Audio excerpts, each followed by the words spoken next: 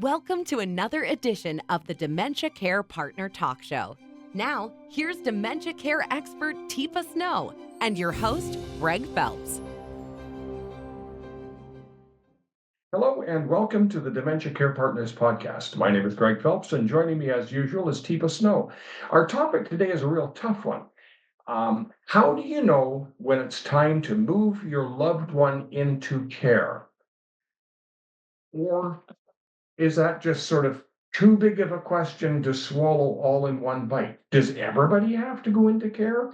Can I learn something and maybe cope? So one of the challenges with that particular question is it sounds like you're going to do something to someone rather than you're working with someone to figure out where's the best place for us to do this at this point. Are we to a place where how we're doing it is still working for us or it's not working for us? Do we have enough structural support? Do we have enough financial support? Do we have enough care support?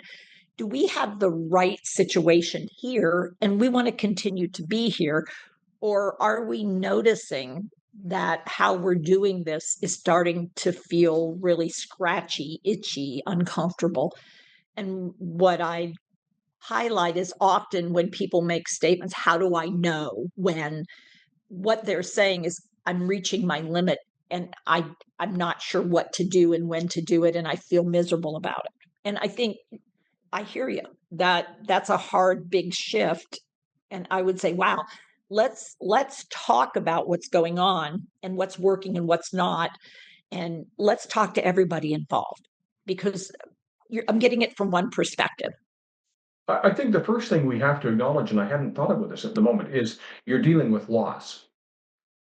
And huge. so you have to start there, I think, and then go forward, right? Because what could I be grieving, Greg, as the person who asked the question? What am I grieving, do you think? Yeah, the person who used to was that, I married or, that my mom, my dad, I'm grieving the loss of perhaps my freedom to do what I would have done if I weren't doing this. And it's getting to be a long journey. Or maybe I'm grieving the loss of relationships that I'm missing because I've chosen to do this. And now I'm aware I'm missing out. Maybe I'm grieving the loss of an income because I chose this, but now, wow, this is, and maybe I'm grieving the loss of sleep or the loss of, I don't get a chance to take care of what I need for me, or maybe I do. And yet I'm wanting to know ahead of time because maybe I'm a planner. So maybe it's not grief. Maybe it's like, so I don't know what my options are. I think the only option is when things get more intense is to go somewhere.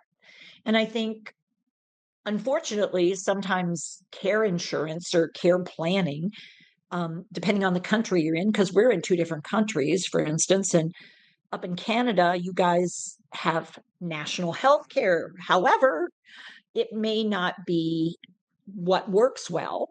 Because your government has opted to help people stay at home more, but I'm not sure what the funding for that would be, other than relying on families a lot.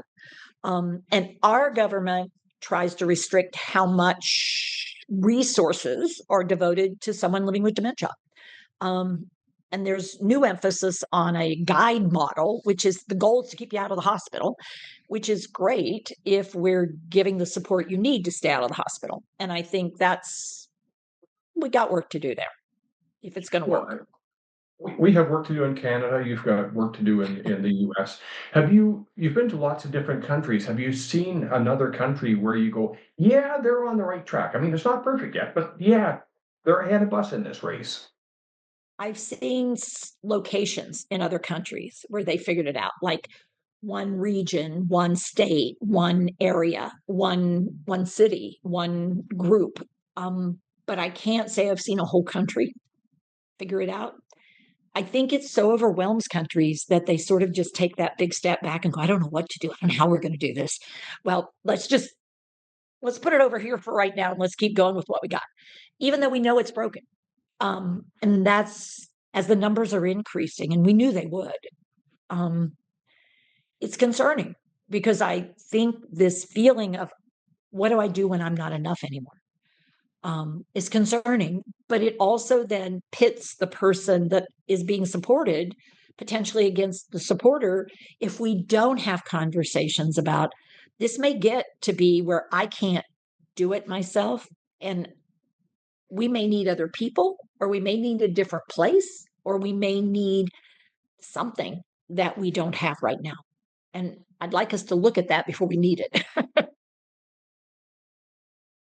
I was just thinking of just one of these random thoughts, and I probably shouldn't even say this, but if Teepa Snow ever develops dementia, I wouldn't want her in my care facility because she's still going to be smarter than me.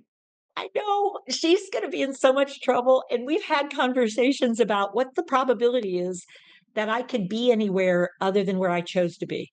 What do you think the probability is, Greg? Probably zero. So my daughter, my husband, my loved one, I'm not sure I would be at that point.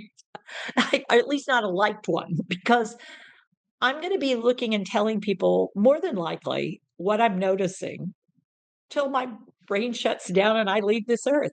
So finding what works for me is going to be what we should be doing for anyone that is living with brain change. We are so blind to the reality of it could be us that we keep thinking it's going to be the other. And I think if we looked at it, could be me, we would have a much better way of seeing the possibilities and start to really build something that we might appreciate ourselves. So for people, where I'm going to suggest that they go to your website, they stick their toe in the water, watch all the videos. You can Oh Google no, Teepa. don't be getting crazy there.